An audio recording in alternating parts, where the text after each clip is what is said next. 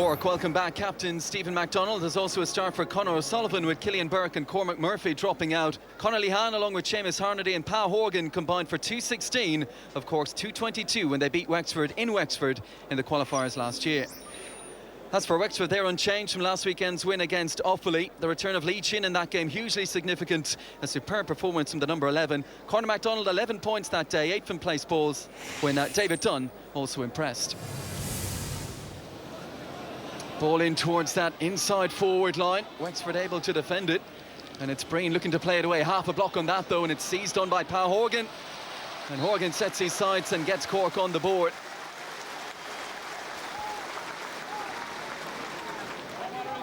Driven in long, great take from Lee Chin, up and over Christopher Joyce. Has he got the finish to complement that? It looks like he has. Big player in this Wexford side, Lee Chin. And towards that far side again, and Harnedy's got turned. He's got Horgan inside him. Harnedy goes alone and takes his point to level it at 4 points apiece.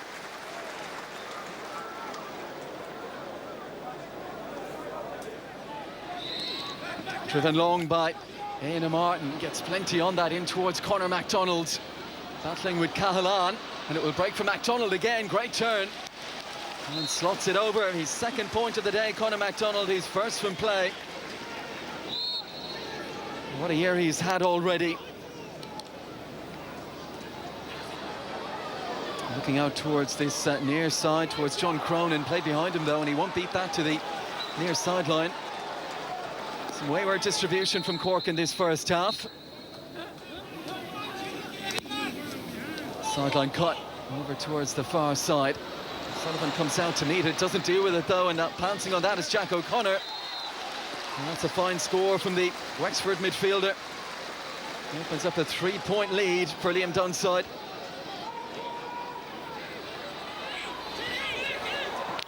And that point from Conor Lehan has just got Cork back into it after 21 minutes without a score. The half-time whistle looming, they could do with another one or two here. It's Mark Ellis powering through. Ball down into the corner towards Cadigan. Perfect weight on it that time. Options on the inside, he goes towards Harnedy. Challenged by Diarmuid O'Keefe on the runaround. Good work here from Conor Lehan, superb score. Cork's best move and best point of the first half. 2 points in a minute from the Middleton man. Reduces the deficit to 4 here. Really well worked move.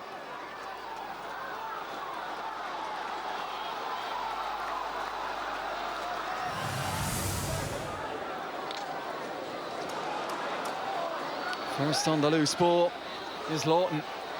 Works it inside, it's Carney, the other substitute. Lee Chin back helping out. Plenty back in defence for Wexford here. Cork maintained possession though. Neat turn from Luke O'Farrell. And it's back to a 2-point game. Beautifully slotted over. Less than 10 minutes to go in Thurles. It's Diarmuid O'Keefe for Wexford. Cleared into the Cork half, but only as far as Mark Ellis, who's time to take a steadying touch, comes inside. Now looks to go long. Looks like that will drop for Paddy Foley, though. Oh, he's let it go through his hands, and there might be something here for Cork. It's Lehan onto Carney. Cork lead for the first time since the 15th minute of the game through a goal from Daniel Carney. Well, the mistake from Paddy Foley, who couldn't hold on to it. It was unselfish from Conor Lehan. It was unerring from Daniel Carney. And it's a goal that Cork needed. What response now from Wexford? It's Lee Chin. Little step to take him on the outside. Has a look and pops it over. Great score from Lee Chin, coming up big for his side again today. It's right in the melting pot for these two sides now. Dropped in. Liam McGovern gets his hand on it under pressure. Out to Conor MacDonald. And MacDonald scores again, his 12th point of the day. His third from play. But credit to Liam McGovern here. Strength and then the presence of mind to find the man who was open. Heading towards stoppage time now. Big ball into the corner towards Alan Cadigan. Cork have another score in them here. Support arriving. Luke O'Farrell is there. Spots a gap and surges away from Owen Conroy. Paddy Foley meets him with a strong challenge. Breaks for Lehan though, and he knocks it over. Conor Lehan reduces it to a 1-point game again. And the real possibility of a long day in Thurles here for these two. It's getting very tense. Lehan was cool and calm. Here's Liam McGovern looking for his first point of the day, and he finds it. 70th minute, and what a time to find it. Liam McGovern puts Wexford in control again. Here's McGovern looking to spin away from Ellis, which he's managed to do so, heading out towards this near side. Has it got the distance? It has, over Nash's crossbar. 6 points to 2 for Wexford since Carney's goal. Cork go long, it's got to be direct now. Looking to drive through the middle and fashion a score, a goal-scoring opportunity. Wexford with so many men behind the ball though. Cork have themselves a free.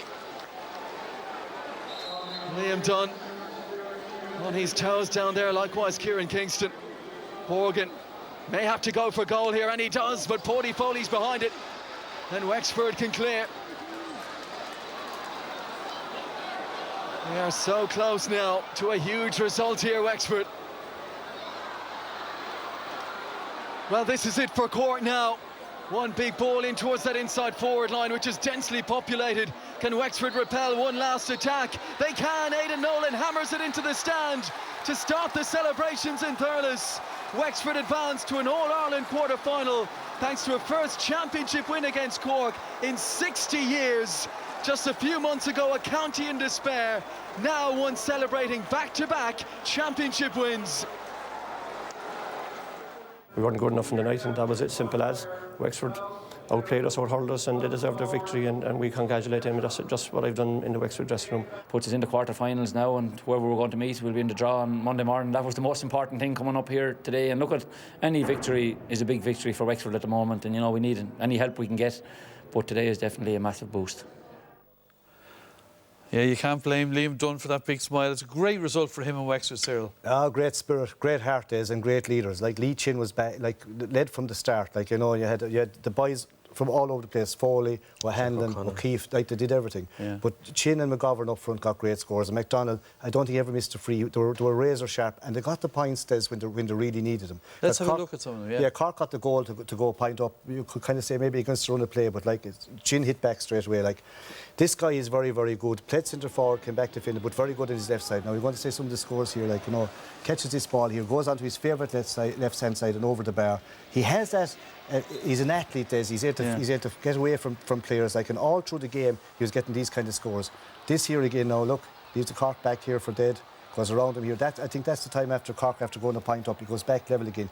He gets 3 or 4 from play, like, and they're vital scores. But his work rate, just having him there is unbelievable as well. And the same with McGovern. Like, this guy is very, very fast. Was quiet, but once he got onto his favourite left-hand side, got 2 vital scores near the end of the game. It was for him, he was quiet during most of the game. Again, you're going to see another one here. He comes across onto it, maybe gets a lucky break, but once he gets coming from right to left onto his good left-hand side, he won't miss them. He finished very, very strong. And like McDonald was dangerous all through. Here again, now he gets onto this ball, comes right across here. Once he gets onto his left side here, great pace, and just reaches over the crossbar. But they're vital scores. And with the boys O'Hanlon, Foley, O'Keefe at the back, they showed fantastic heart, fantastic spirit, and the games have brought them on, and they're not going to fear anyone in the quarter-final.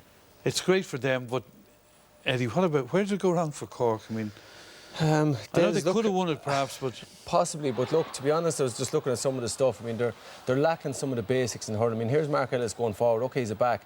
Look at the open ground in front of him. Step onto the 45, pick your point. Instead, he tries to do the good thing, sends it into an area where Cork are outnumbered. Again, here we have Wexford, which is good Wexford play, as good as much as it's bad Cork play. Conor O'Sullivan should mop that up, catch that ball, out he goes. Instead, the 2 Wexford guys, Paul Morris and Dermot O'Keefe, battle, they stay, get a flick. Lee Chin then comes in to help out. He has the luxury of Conor McDonald all on his own, while there's 5 Cork defenders looking on there, not marking up. like I said, some of the very basics, you know, of defending and marking your man. And here's, you know, maybe another example of it where, you know, if Damien Cahalane marking Conor McDonald, you can see the way he peels off him. Damien Cahalane is floating back, maybe ball watching a little bit, and Conor McDonald, who's in superb form at the moment. And I just think, like I said, I don't take satisfaction in saying it, but Cork are in a very, very poor state of affairs at the moment. There was numerous incidents there where they were hitting the ball out to areas that is not dangerous in the full forward line. I mean, as a forward, I don't want to be going out trying to pick a ball off a sideline and then go into the goal. They're not hurling off instinct, I think. I think they're trying to be maybe a Waterford or a Clare, and even the defending alone. I mean, look at Diarmuid O'Sullivan. He was togged out in shorts and socks there, and to be honest with you, I still think he would have been better at full back maybe last night.